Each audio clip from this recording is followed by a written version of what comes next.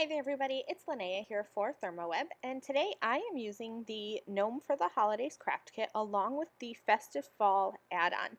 And I'm going to be doing a bit of foiling using a Brutus Monroe designer toner sheet and building some cute little gnomes to make some fall cards. So I grabbed this Brutus Monroe toner sheet from the Really Radiant Toner Mixables pack. I love this toner sheet because I think it's really versatile. I've used it to make a Christmas card background because I thought it kind of looked like bright shining lights. But in this case, I'm using it because I think it looks like sunflowers, and I love sunflowers for fall cards. There's a lot of things you can do with toner sheets, either before or after you foil them, including Copic coloring, watercoloring. Today, though, I'm going to be doing some ink blending. I'm using two colors of Distress Oxide inks to do my ink blending. I have Walnut Stain, which I used a small blender brush and added just towards the center of each of those kind of little burst images. And then I'm going over the whole panel with Scattered Straw. Now, in the end, it kind of looks like just one flat layer of ink, so I don't think you really have to use both colors, but I decided to anyway. Now, before you foil this panel, you want to put some elbow grease into cleaning this. I have a clean microfiber cloth, and I am just going over this panel until that toner becomes shiny again. You'll notice that when your toner sheet is fresh from the pack, it'll be kind of shiny, and so you want that shininess to come back. Oxide inks are a pigment type of ink, a hybrid ink, but they sit on top of your panel. So you really want to make sure you wipe that off. I have cut a piece of gold shattered glass foil to be slightly larger than my toner card front, and I'm going to run this through my laminator using a piece of parchment paper. Now, if you saw, the corner of my parchment paper was folded, and I thought it would be okay, and in hindsight, I should have cut a new piece of parchment paper, but I didn't. I took a chance, and it didn't turn out just how I wanted it to. You can see there's this crease across my foil, and so that didn't transfer perfectly onto my background. So it kind of messed up my plan for what I originally had for the card, but in the end, I think I worked through the mistake and it turned out even better than the idea I had in my head. I wanted to be able to use the negative piece of foil. I always tell you to keep your foil pieces, and my plan was to take a toner sheet, just a plain piece of toner paper from ThermOWeb, and refoil this design and kind of use the positive and the negative. But because there was that large crease mark, my foil was actually creased and bent there, so I wasn't sure how it was going to react running it through my laminator again, and I really didn't want to waste this background. So instead, I took a piece of an easy cut sheet and I adhered that onto a piece of cardstock that was larger than what I needed. I peeled off that backer and I laid that negative piece of the gold shattered glass foil across it, and now I'm just going to trim this down to be an A2 card front. And you can see here I still have that big crease running across the bottom of my card, but I'm going to show you how I fixed that. So here's the positive piece with that Brutus Monroe toner sheet mixable, and then here is the negative piece. I set those backgrounds aside, and now I'm going to work with both the Gnome for the Holidays and the Festive Fall Add-On craft kits. I need both die sets to build my little gnomes. The original Gnome for the Holidays kit is where you're going to get the body and the beards and the little noses and the shoes. The add-on, the Festive Fall add-on, is where I'm going to be getting the hats and the adorable little hands. The hands are what make this Festive Fall add-on craft kit absolutely amazing for me, because now your little gnomes can be holding so many different things. So I went ahead and I used some colors of solid cardstock as well as some pattern paper, and my pattern paper is from the Pink and Main Pumpkin Season 6x6 paper pack, and I die cut a whole bunch of pieces. And I gathered all those pieces together and I set them aside in a little glass container. I'm going to work on my backgrounds now because I need to cover up that crease line in my foil.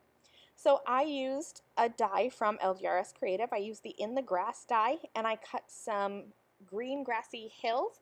And then I also used a piece of pattern paper from that same Pink and Main paper pack, and I used the Pink and Main Zigzag Circles die set, cut out a large circle and cut it in half so that I can have two kind of suns coming up from the background of my pieces. And this is going to completely cover up that mistake that I made with the crease in my foil. Again, this was not my original intention or design for these cards, but in the end I think they turned out super cute. So here are all of my pieces, and I'm just going to kind of start arranging and playing with them. I cut pieces of pattern paper and colored cardstock, like I said, and I also even used some Tuscan Gold flock transfer sheets, and I cut out the bands for the hat. Now, like I said, those cute little hands in the Festive Fall Add-On kit, they're so cute, and so I looked through my stash, and I was looking for something that these little gnomes could hold. And what I found was the Lawn Fawn Cutie Pie stamp set. And it has this adorable little pie image. And so I thought, how cute would it be for these little gnomes to be showing up with little apple and pumpkin pies for dinner. So I'm going to color up some of these pies. I stamped them 4 times because I'm going to have 2 gnomes on each card. And each gnome is going to be bringing either an apple pie or a pumpkin pie. So I need 2 apples and 2 pumpkin pies.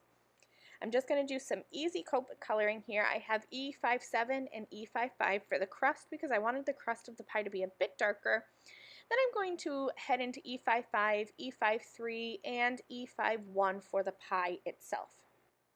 Then I just used some reds and some oranges to finish up the pie plates. I went ahead and used the coordinating dies and I cut out all those pies, and now I'm going to start assembling my little gnomes. I'm using my iCraft Ultra Bond liquid adhesive pen and a pair of tweezers just because some of these pieces are quite small, and so that helps me keep my fingers out of the way. For each of the little gnomes, I am starting with the shoes just because I think that's the easiest place for me to start. And so I put them down on my glass craft mat, added a little drop of that Ultra Bond liquid adhesive, and placed the body on top of the shoes. Then I'm going to add a little bit of adhesive at the top of the body and place on my little beards. And there are 2 different beard styles. I had die cut 2 different styles of hats, but I ended up only using this one style of hat just because I liked it a little bit better. I put the hat on top of the beard, and then I like to stick my little gnome noses underneath the hat just a little bit. Then I'm going to go ahead and add a pie right where the beard meets the body, and then I'm going to use tiny little dots of that Ultra Bond liquid adhesive to glue the hands on top of the pie so it looks like each of these gnomes are holding the pie. I wanted to stamp and heat emboss a sentiment onto that little grassy hill, so I used a Give Thanks sentiment, and that is from another Lawn Fawn stamp set. It's the Lawn Fawn Thankful Mice stamp set. Now it's just time to assemble my cards, and for this I'm going to use a mix of ThermOWeb adhesives. This is the iCraft Jumbo Foam Tape Roll, and this one is the 1/16 of an inch thickness. I like to use this one for when I want just a little bit of lift. This is kind of a thin foam tape, so it allows me to use multiple layers and not have to add a whole lot of extra postage to my card. I wanted to be able to pop up my grass, my sun in the background, and then also pop up my gnomes on top. To pop up my gnomes, I'm using the iCraft 3D foam squares that are now in this fun little easy dispenser box, and they are also 1/16 of an inch thick. So it's nice because I have that big foam tape that I can place across those grassy hills, and then I also have the same thin foam tape in the form of a square that I can add onto the back of my gnomes. And I have dimension on all of my pieces, but there's not so much dimension that you can't put these cards through the mail. So I'm just going ahead and I am putting these little gnomes onto the bottom of my card. Each one of them is bringing a special little pie, and I just love how these backgrounds shine. So here are both of my cards. This one is the positive toner sheet piece, the background that I intended to make. And then the next one coming up is going to be using that negative piece and just using some double-sided easy cut adhesive to adhere that to a card base. So definitely don't ever throw away your Foil scraps, even if you've made a mistake, you can always find a way to cover up and work with that mistake.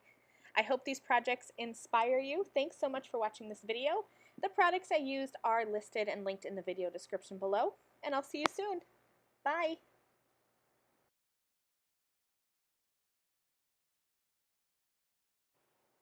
Thanks again for watching this video. On the screen now are a couple other videos that I thought you might like, and if you enjoyed this video, please remember to subscribe to my channel.